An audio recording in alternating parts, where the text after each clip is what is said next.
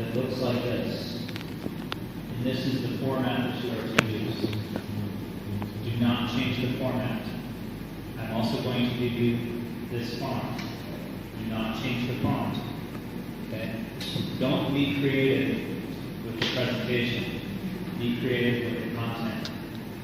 Don't change the format. Don't get tricky with the colors. Just use this. If you need to change the color of the text, if you have a really dark photograph, you need to change the color of the text to white, you can do that. But don't change anything else. Okay? So you'll notice because of this template, your photographs need to be taken portrait, not landscape. Okay?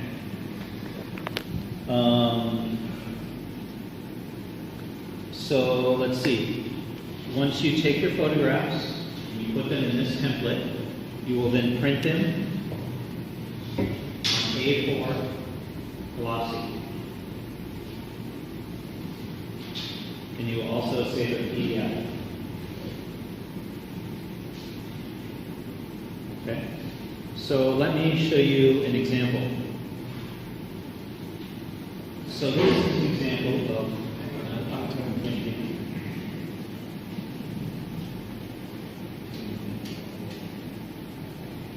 So this is an example of an opposition between fast and slow. Okay? And these are photographs that I took. So what's important is that I am not taking a photograph of the definition of fast, right? I'm not making a dictionary. I am taking a photograph of something that feels fast, or something that captures the quality, the essence, the mood of fast, and something that conveys the emotion, the feel, the taste of slow. Okay? So it's also important to understand that if these two photos are what we would call a diptych, meaning they are presented side by side. So not only is it important that this is about fast and that's about slow, but you need to consider the relationship between the two photographs. What is the conversation between the two? So in this example here, this is fast because it's a machine. It's a highly specialized machine. And I think the photograph conveys that. You see something that's very engineered, very, very specific.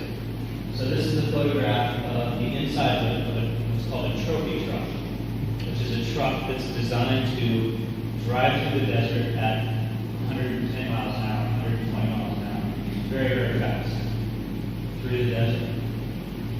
On the opposite side, the image of slow is an image of a river that has flowed for so many years that it's slowly cutting its way through the landscape over thousands of years. So this river moves slow, right? It's a muddy, flat, kind of small river. And over thousands and thousands of years, it's cut its way through the floor. And it's getting deeper and deeper and deeper.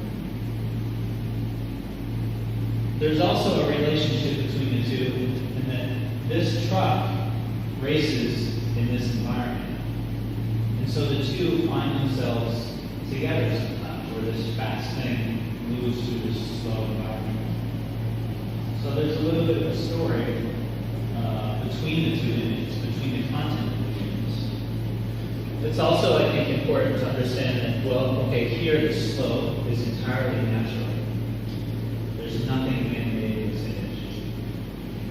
Over here, fast, there's nothing natural. You have aluminum, you have steel, you have carbon fiber, fiberglass, and titanium. You have all of these refined man-made materials sitting on asphalt. You have this kind of an absence of nature here. There's also a relationship in the color, the overall color and mood of the images. The fast image, the man-made side, has kind of a cool blue tone to it, right? Whereas the other side is a warm tone to it. So there's a relationship on many different levels. Not just this is fast, that's slow, but the content, the background, kind of the story, the relationship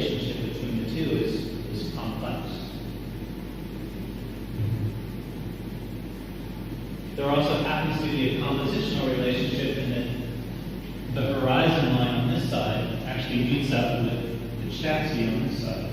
So there's also a graphic relationship between the two.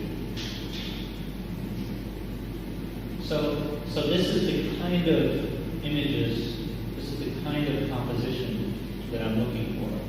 Something where there is a conversation between the two images on many different levels. Okay?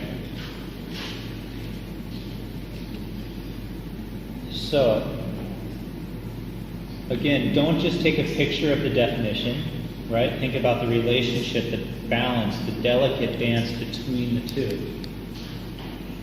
The conversation.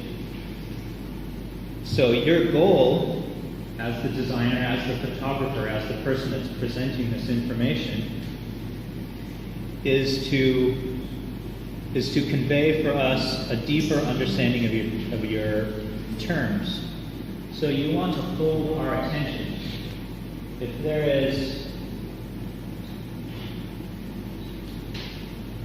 is enough information or enough complexity in your images, then we'll think about it for a while. As an observer, if I look at this and I think about all of these different things, I think about the color, the composition, the content, the relationship between the two, then that's engaging for the viewer. If your image is really confusing and I can't relate to it, then I'm not going to spend any time with it.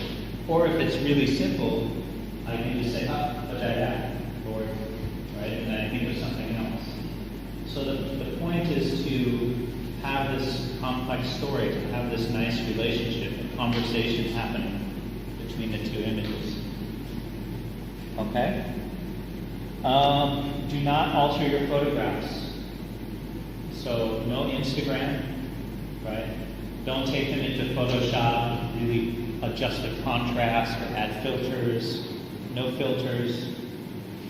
If you want to do a little bit of color correction or something, that's okay. But it's not about filters or any sort of modification of the image. Just be very pure. Okay? Now, if you take a picture at nighttime and it's grainy or it's very dark, and that supports, that's part of your definition or part of your story that you're trying to tell, that's okay. But don't spend time after the fact adjusting, adding filters, doing vignettes, making vintage. Okay? It's not what this project's about. Okay, so